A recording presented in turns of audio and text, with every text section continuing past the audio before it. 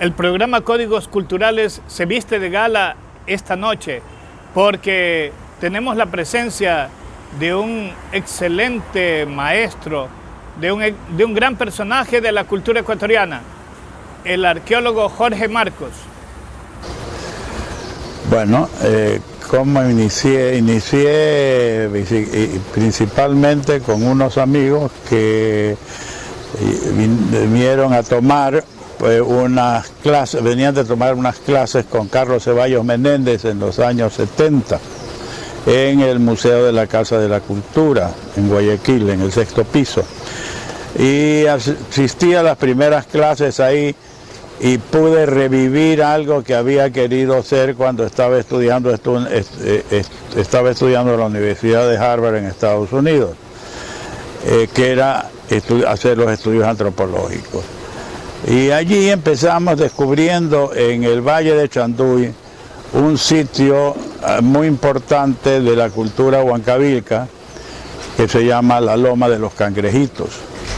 Ese sitio prácticamente fue el primero que nos dio una indicación muy clara de que estábamos frente a lo que sería una formación estatal que ocupaba básicamente los cerros de la costa, tanto los cerros de la cordillera Chongón-Colonche como los cerros de Manabí. ¿Qué aporta la arqueología y los estudios de vuestra ciencia para conocer la cultura ecuatoriana? ¿Desde dónde hasta dónde sirve este trabajo que ustedes realizan? Por favor. En cuanto a la información que nosotros estamos contribuyendo hacia la sociedad ecuatoriana, es que en la arqueología estamos haciendo una revisión de lo que es la historia del Ecuador según la entienden las viejas leyendas. Lo que estamos encontrando básicamente es una sociedad muy desarrollada que estaba produciendo agricultura mucho antes que el resto de América y una sociedad que verdaderamente nos dio la base para ser el centro de un comercio mundial de lo que era el mundo conocido para la gente de acá, es decir, de México hasta el sur de Chile. Bueno, a Ecuador, España le encontramos obviamente en los primeros hallazgos de la cultura Milagro Quevedo y de la cultura manteña o huancavilca. ¿Por qué? Porque tranquilamente ya comienzan, hay que pensar que antes de que lleguen los españoles a Ecuador, ya habían llegado al Caribe, por supuesto, y habían llegado a Panamá principalmente, y estaban intercambiando de aquí con Panamá y con México. Dicen que según las crónicas, según Pedro Cieza de León, dice pues que Huayna Cápac muere de viruela y toda su familia, toda su panaca. Pero eso es antes de que llegue, la fecha de la muerte de Huayna Cápac, que es antes de que llegue Pizarro a las costas de Manabí. Entonces eso quiere decir pues que de alguna manera la enfermedad había llegado a la costa nuestra antes que llegase los españoles. Ahora, ¿qué es esto importante? Porque hay dos posibilidades. La una es que esa enfermedad llegase a través de los viajeros que estaban viniendo o que se hubiera transmitido a través de los diferentes grupos que en contacto, pero sobre todo en contacto marítimo entre los balseros que iban y que estaban comunicándose desde mucho antes de la llegada de los españoles a América, entre Ecuador con México. O sea que y México está en contacto con Cuba.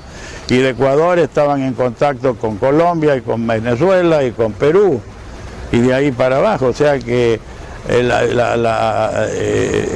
las enfermedades, por ejemplo, que fueron fatales para la población indígena, lo tenemos con la llegada de los españoles, y por supuesto después la distribución a través de vectores importantes, como fueron la gente que iba enferma, que la regresaban y la traían a cuidar en su casa. Yo me acuerdo que estábamos investigando en San Lorenzo del Mate, cuando vino la gran epidemia de dengue acá.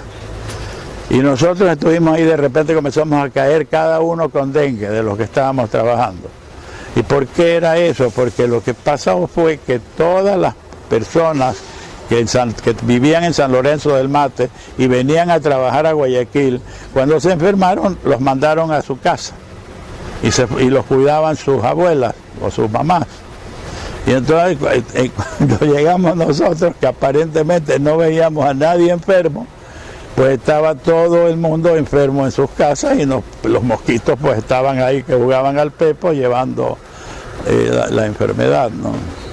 Bueno, lo que pasa es que los otavaleños y los salasacas son gente que han mantenido su identidad, pero han creado una nueva identidad, porque ya no hay más que ver las fotos durante el tiempo, desde el principio del siglo XX, y de los cambios que ha tenido la vestimenta otavaleña o la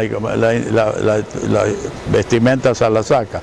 Hay una cosa, hay que pensar que la mayoría de la gente de acá de la costa anda ahora de blanco, con guayabera o con, ¿no, verdad?, y pantalones, o con cotona. Era mucho lo que se usaba antes. Se usaban hojotas para vestirse, esa era la vestimenta, pero antes de eso, cuando estaban en el campo, se vestían como se visten los guaraníes, es decir, sin ropa. Entonces, eso, cuando comienzan a poner la ropa, se comienza a poner la ropa española de la época, y generalmente la ropa que les hacían poner los dueños de las haciendas donde fueron incorporados como mano de obra. Entonces, eso puede parecer que haya sido la causa de la exterminación de los grupos humanos, los grupos culturales.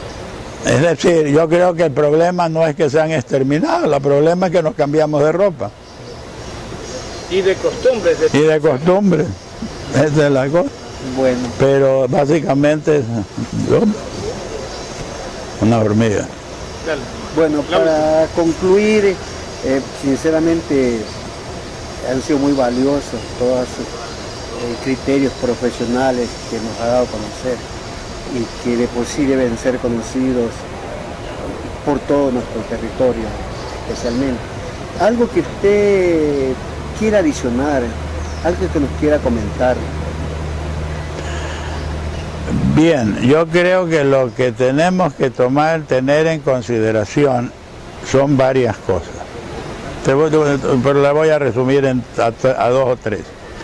La una es: ¿por qué tenemos la cerámica más antigua de América? En todos los colegios decimos, todos los chicos dicen, es Valdivia la cerámica más antigua de América, los profesores le dicen lo mismo. Pero mi pregunta es, lo que debe decirse es ¿por qué? Y el por qué tiene que ver con que aquí, en el momento que se da el gran cambio climático del Holoceno hace unos 10.000 años, lo que ocurre es que comienza a llover, porque durante la época que estaba el hielo cubriendo los Andes no llovía. Entonces, al comenzar a llover, comenzó a crecer el Amazonas, por un lado, como comenzó a crecer la cuenca y a llenarse la cuenca del Guayas y del Esmeralda. Y allí la gente que llegó acá comenzó a cazar, porque había mucho más cacería, y luego a sentarse y poder hacer vida orgánica, organizarse y a sembrar, a producir. Y eso tradujo que comiencen a hacer cerámica porque tenían el tiempo para hacerlo, y a tejer y a hacer tejidos, y a vestirse ya no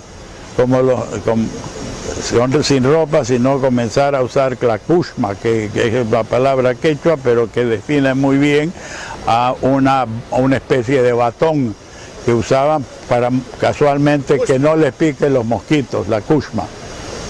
Entonces eso es una de las cosas que hay que pensar, pero también hay que pensar no solamente en el cambio climático de esa época, sino que hay que pensar después qué es lo que nos dio la identidad, y la identidad especialmente de la costa del Ecuador fue que fuimos mercaderes y que intercambiábamos muchas cosas por otras cosas, y que con eso hubieron poblaciones ricas que pudieron en el momento apropiado, y valga la pena repetir la palabra de otra manera, apropiarse de el ganado que se le escapaba a los españoles que llegaron, de los caballos, y tuvimos en 1734 toda una cantidad de gente de la zona de Chanduy que le escribió al rey de España pidiéndole que por favor le dejen abrir doctrina y crear la iglesia del Morro, porque ya los terrenos de Chanduy, todas las zonas de la gran comunidad de Chanduy no eran suficientes para todo el ganado que tenían. Y hay que acordarse de la mantequilla del Morro, hay que acordarse de los quesos de Tugaduaja y de una serie de cosas que verdaderamente fueron españolas porque se trajo la técnica, pero quienes la apropiaron, y quienes la usaron, y quienes fueron el centro de producción de muchas de estas cosas de consumo, fueron los indios de la costa.